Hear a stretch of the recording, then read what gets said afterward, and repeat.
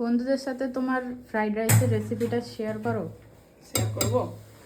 আমি প্রথমে এগুলো ফুলকপি দিয়েছি, বিনস দিয়েছি, গাজর দিয়েছি, এগুলো অল্প তেলে আগে ভেজে নিয়েছি। ভেজে নিয়ে এই ডিমটা ভাজছি। ডিমের ভুর্জি করবে এবার? হ্যাঁ হ্যাঁ, ডিমের ভুর্জি করে সাইড করব, দেখাচ্ছি পরপর। অনেক রকমের আমার ফ্রাইড রাইস হয়, অনেক রকমের করি আমি, কিন্তু টেস্টি খুবই হয়।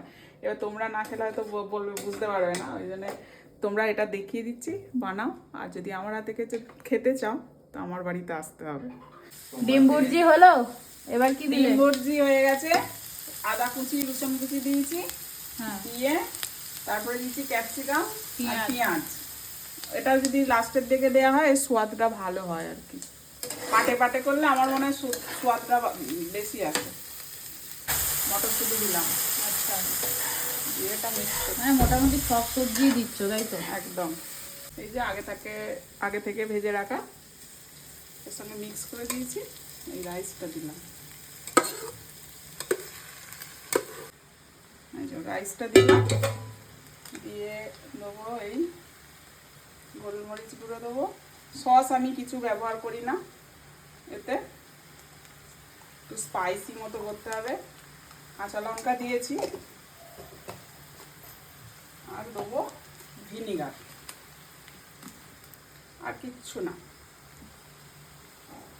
নুন দিয়েছো? নুনটাও দেবো, দিয়ে একসঙ্গে ভালো করে কিন্তু ভাজতে হবে। যত ভালো ভাজবে জিনিসটা টেস্টি বেশি হবে।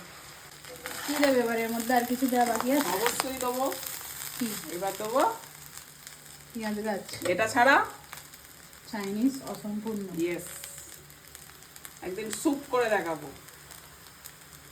হাফ দিয়ে মিক্স করলে ওটা ভালো হবে, একবারে দিলে ঠিকঠাক মিক্সটা হয় না। ও হো হো হো, হয়ে গেছে চাইনিজ। এই যে হয়েছে।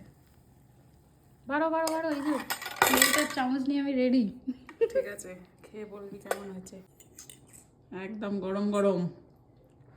বাবা, এটা আমার প্রিয়, গরম গরমটা আমার প্রিয়।